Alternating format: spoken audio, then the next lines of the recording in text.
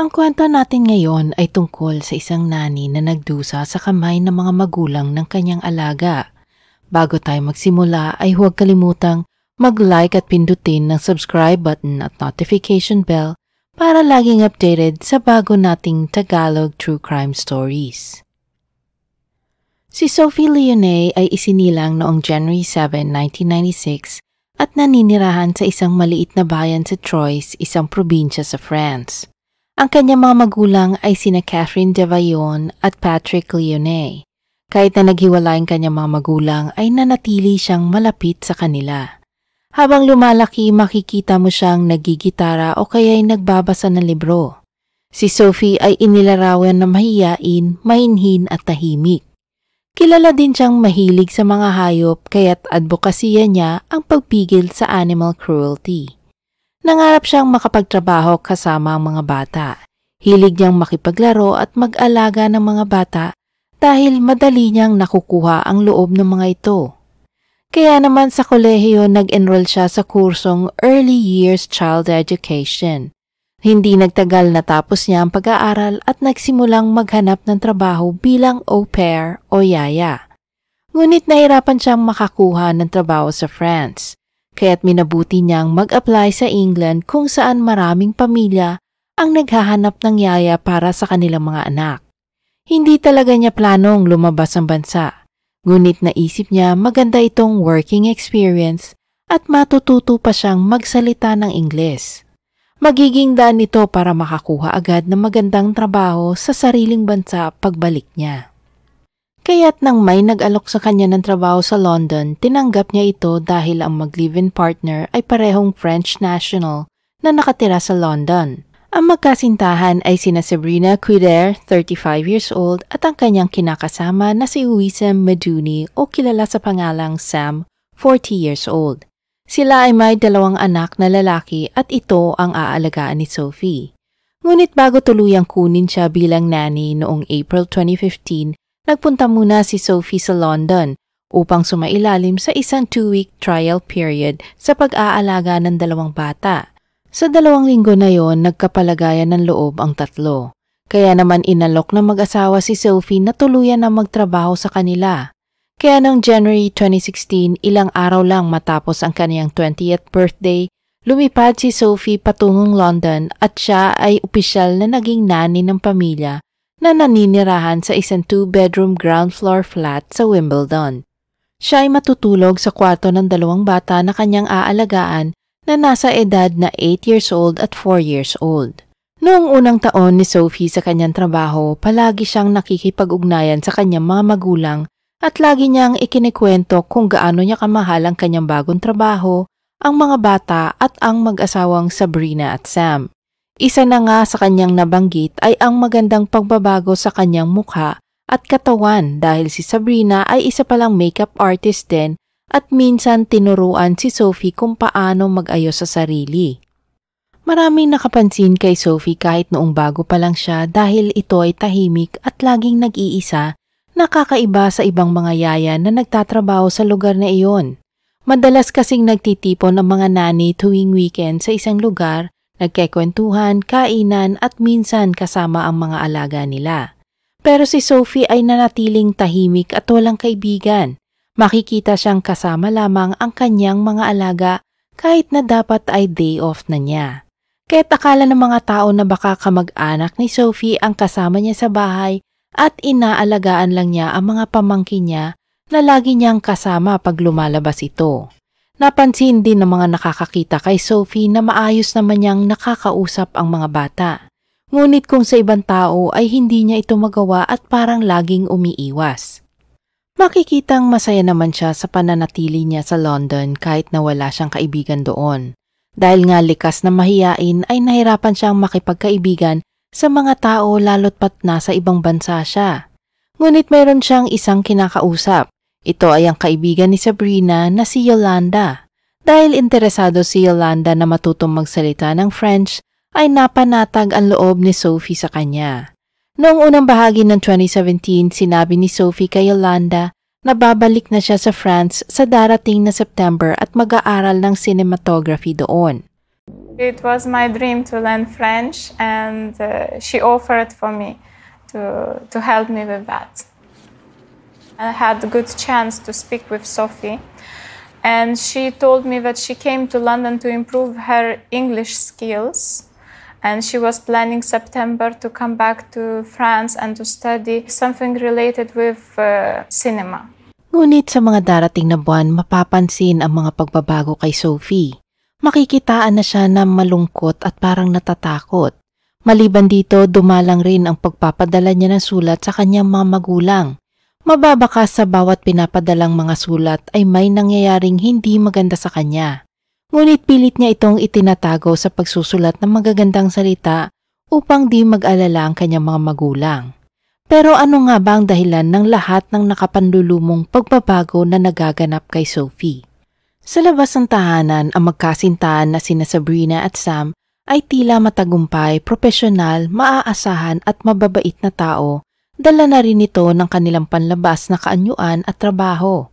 Si Sam ay isang financial analyst, samantala si Sabrina ay isa namang fashion designer. Ngunit ang totoo, sa loob ng kanilang pamamahay, meron silang kakaiba at magulong relasyon. Dahil marahil ito sa kakaibang ugali ni Sabrina.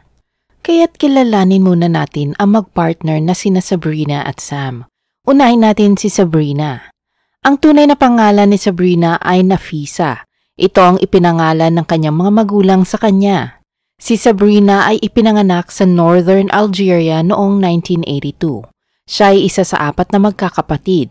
Hindi nagtagal pagkatapos ng kanyang kapanganakan, nagtungo ang kanyang mga magulang at kapatid na babae sa Paris dahil sa nagaganap na kaguluhan sa bansa nila.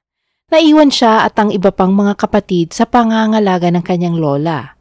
Pero muli silang nagsama-sama nang pumunta si Sabrina ng France noong 8 years old siya.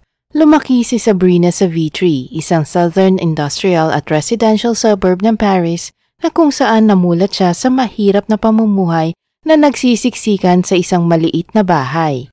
Kaya naman pagtungtong niya ng 18 years old, tumigil siya sa pag-aaral at nagsimulang magtrabaho. Makalipas ang 3 taon, nakilala niya si Sam sa isang fan fair. Humanga si Sam sa kanyang kagandahan at hubog ng katawan. Kaya naman pakiramdam ni Sam ay nanalo siya sa loto nang pumayag itong makipag-date sa kanya. Hanggang kalaunan naging magkasintahan ang dalawa. Sa mga sumunod na taon, naging on and off ang relationship nila.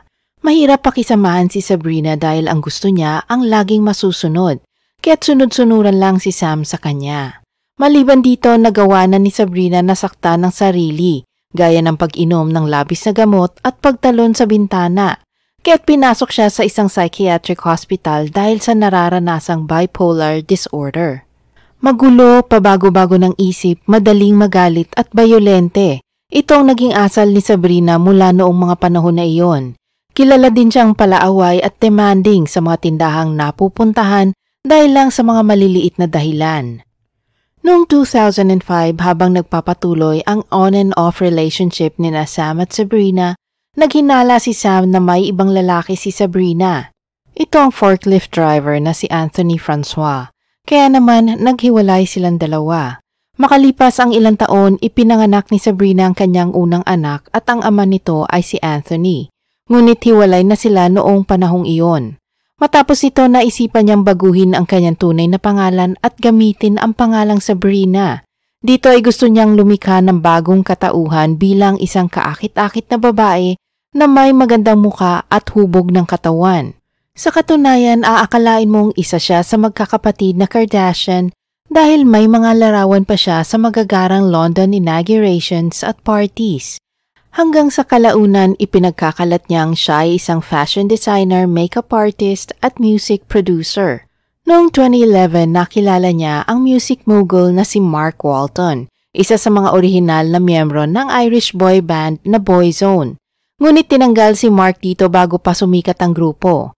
Nagpatuloy pa rin siya sa industriya ng musika hanggang naging isang matagumpay na record producer. Katunayan, naging isa siya sa mga hurado ng The Idol Vietnam at manager ng isang kilalang girl group.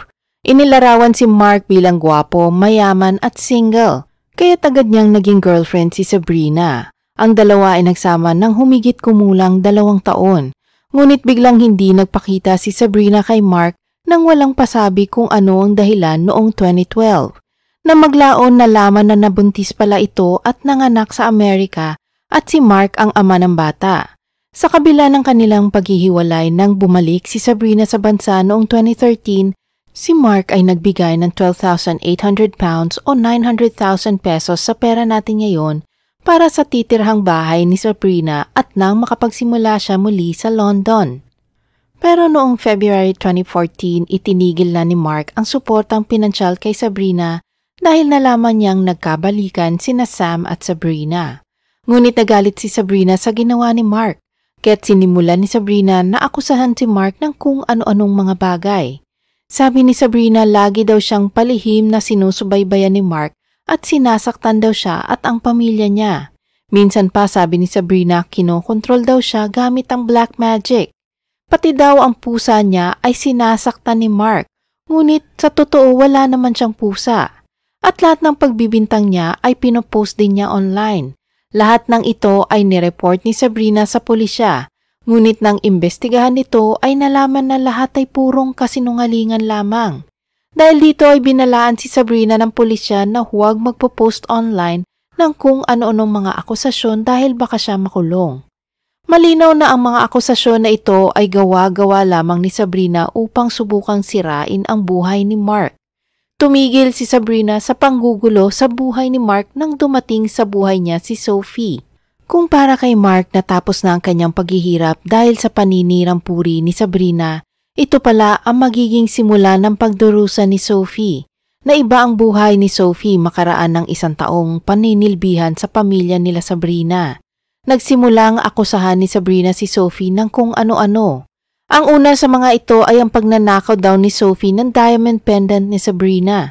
Pagkatapos sinabihan siya ni Sabrina na nakikipagsabuatan daw siya kay Mark bilang isang espiya sa loob ng kanilang pamamahay upang sirain ang kanyang pamilya. Ngunit ang totoo walang idea si Sophie kung sino si Mark. Dahil nang dumating si Sophie sa London, wala nang relasyon sina Mark at Sabrina. Sa puntong ito kinuha ni Sabrina ang cellphone at mga ID ni Sophie at hindi na pinapasweldohan. Kaya't kahit na gusto niyang umuwi sa France ay hindi na nito magawa dahil wala siyang pera at walang mga papeles. Noong August 2017 nagsimula ang 1 buwang pagpapahirap kay Sophie. Pinaniwala ni Sabrina si Sam na may nagawang mali si Sophie sa kanilang pamamahay. Kaya't sumali na rin ito sa pananakit kay Sophie. Dahil doon lumilipas ang bawat araw kay Sophie na tila nasa impyerno siya. Kung ano-anong paghihirap ang naranasan ni Sophie sa kamay ni Sabrina at Sam. Siya ay ikinulong, ginutom at natutulog sa isang maliit na mesa. Sinasaktan upang umamin na nakikipagsabuatan siya kay Mark. Makikita din ang mga sulat ni Sophie na umaamin sa kasalanang hindi naman totoo at gawa-gawa lamang para lang pakawalan siya ng dalawa. Napag-alaman din na may mga recordings ang magkasintahan ng pananakit, pag-aakusa at pagpilit na paaminin si Sophie sa mga hindi naman niya ginawa. Sa isang video makikita na si Sophie ay namumutla, sobrang payat at takot na takot. Dito ay inaakusahan si Sophie na balak daw niyang lagyan ng lason ang kanilang mga inumin sa utos ni Mark at kapalit daw nito ay gagawin si Sophie na isang sikat na artista. Sabi pa nila na kapag umamin si Sophie, papauwiin na siya sa kanyang bansa. Kaya't napilitang umamin si Sophie sa kasalanang hindi naman niya ginawa. Lahat ng pagbibintang at akusasyon ay katang-isip lamang ng masalimuot na utak ni Sabrina. Noong September 20, 2017, nakatanggap ng tawag ang fire services mula sa isang residente. Ayon sa tawag, nakakita siya ng maitim at makapal na usok na mabaho na nagmumula sa hardin ni Sabrina at Sam, at kung saan mahigit na 3 oras nang nasusunog. Kaya't dumating agad ang mga pulis at bumbero sa lugar. Andoon na magkasintahan at pinapasok ang mga otoridad sa bahay. Doon ay nadatnan nila sina Sabrina at Sam na nag-iihaw ng manok. Ngunit sa kalapit ay may hiwalay na sinusunog ang mag-asawa. Dahil malapit ito sa pader at delikado, pinatay ng mga bumbero ang apoy. Ngunit nang mawala ang apoy ay napansin nilang may kakaiba sa abo. Lumingaw ng mga bumbero sa mag-asawa at tinanong kung ano ang kanilang sinusunog. Sumagot naman sila na ito ay isang tupa. Sa pagkakataon na iyon, ang mga bumbero ay hindi kumbinsido sa sagot ng mag-asawa, kaya sinuri nila ang nasa ilalim ng abo. Nakita nila ang tila isang pares ng salamin at ilang pirasong damit. Ngunit nabigla ang lahat nang makita nila ang sunog ng mga daliri ng tao, braso at pinti. Sa kabila ng mga nakita ng bumbero, patuloy pa rin ang magkasintahan sa pagsasabing ito ay isa lamang tupa. Gayunpaman halatang nagsisinungaling ang dalawa, kaya't agad nilang inaresto sina Sam at Sabrina. Kinolekta din nila ang mga nakita para sa mas malalimang pagsusuri. Batay sa mga resulta, ito ay positibong kinilala bilang mga parte ng katawan ni Sophie. Sa autopsiya, nahirapan nilang matukoy ang sanhi ng pagkamatay ni Sophie dahil sunog na halos ang buong katawan nito. Paniniwala ng pulisya ay namatay si Sophie dahil sa pagkalunod dahil napansin ang paglobo ng baga niya. Maliban dito, 3 araw bago mamatay si Sophie, siya ay nagkaroon ng mga bali ng buto sa tadyang, sa panga at sa dibdib. Ngunit hindi pa doon natatapos ang mga pahayag ng resulta dahil nakita na may mga pasarin siya sa kaliwang braso, likod at dibdib. Kaya naman naniniwala ang mga pulis na nung gabi bago siya mamatay, malinaw na siya ay isinailalim sa iba't ibang uri ng pananakit, pambubugbog at pagpapahirap sa kamay ng mga amo. Sa paglilitis noong January 5, 2018, batay sa mga ebidensya at testigo, si Sophie ay nalunod. Ito ay dahil sa sapilitang pinapaamin ni Sabrina at Sam si Sophie tungkol sa pakikipagsabuatan niya kay Mark upang sirain ang buhay ng mag-asawa. At sa tuwing hindi magbibigay ng sagot si Sophie sa kanila, sapilitang ilulubog nila sa tubig ang kanyang ulo o kaya'y susuntukin siya sa muka at katawan. Dahil sa pagpapahirap sa kanya ay nawala ng malay si Sophie at tumigil sa paghinga habang nilulubog ang ulo nito sa tubig. Sinubukan daw ng mag-asawa na i-resuscitate ang kawawang yaya, ngunit nabigo silang iligtas ito. Dahil sa aksidenteng napatay nila si Sophie, natakot silang makulong kaya't pinagpasyahan na nilang sunugin ito para mawala ang ebidensya ng kanilang krimen. Inilagay nilang katawan sa isang maleta at sa kanila sinunog ang bangkay sa hardin. Itinago nila ang masangsang na amoy ng bangkay sa pamamagitan ng pag-ihaw ng manok noong ding oras na iyon. Ayon naman sa mga salarin, hindi sila ang pumatay kay Sophie. Sabi ni Sabrina, tulog siya nang mamatay si Sophie. Nakita daw niya si Sam na nilulunod si Sophie ngunit di na ito humihinga. Ang sabi naman ni Sam, siya ang tulog at si Sabrina ang tumapos kay Sophie. Dahil sa magkaibang pahayag ng dalawa, nahirapang matukoy kung sino ang may sala. Ngunit may testigong lumantad at nagsabing narinig niyan dalawa na sinusubukang i-resuscitate ang biktima. Ang paglilitis ng magkasintahan ay tumagal ng halos 2 buwan. Sa mga oras na iyon ay pinakinggan nila ang lahat ng pagpapahirap, pananakot at pagtatanong sa mga recordings na ginawa ng mga salarin at narinig ito ng mga magulang ni Sophie. Isipin niyo na lang ang sakit at bigatin na nararamdaman nila habang pinapanood at pinapakinggan ng lahat. Noong March 2018, sina Sabrina at Sam ay napatunayang parehong nagkasala at sila ay nasentensyahan ng 40 years na pagkakakulong sa kasong pagpatay kay Sophie. Ang mga kapitbahay ay nabigla sa mga pangyayari at hindi nila aakalain na mangyayari iyon sa lugar nila. Nagsisisi sila na hindi man lang nila napansin na may problema na pala si Sophie doon na sana ay kanila pang nailigtas sa kapahamakan. How did we not notice? It's unbelievable. We would never have believed that something like that could have happened. It's so incomprehensible to think that that happens, never mind so close to you. You just don't expect it. We feel really guilty that, we didn't notice what was going on. She was such a lovely girl and it's just a horrible, horrible thing to have happened right in front of our eyes. I should have gone to the next level. Either made a complaint, but that period was too short. When that happened, I think it's a week I saw her. After that, never saw her. 2 taon makalipas na unang dumating si Sophie sa London.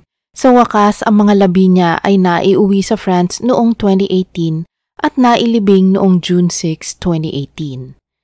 Isa na namang kwento ang inyong natunghayan. Sana ay may natutunan kayo sa aking ibinahaging krimen na hindi mo aakalaing mangyayari sa isang tahimik at mabait na tao na gusto lamang pagbutihin ng sarili upang makamit ang kanyang mga pangarap. Lagi po kayong mag-iingat saan man dako ng mundo. Kahit na sa akala mong ligtas na lugar, ay huwag tayong pasisiguro dahil ang kasamaan ng tao ay nakakagalaw at maaaring pumunta saan man nito gustuhin. God bless po at salamat muli sa inyong pagtangkilik sa aking channel. Sa mga bago kong manonood at hindi pa nakasubscribe, huwag kalimutang i-like ang video at pindutin ang subscribe button para matunghayan nyo ang mga true-to-life crime stories dito.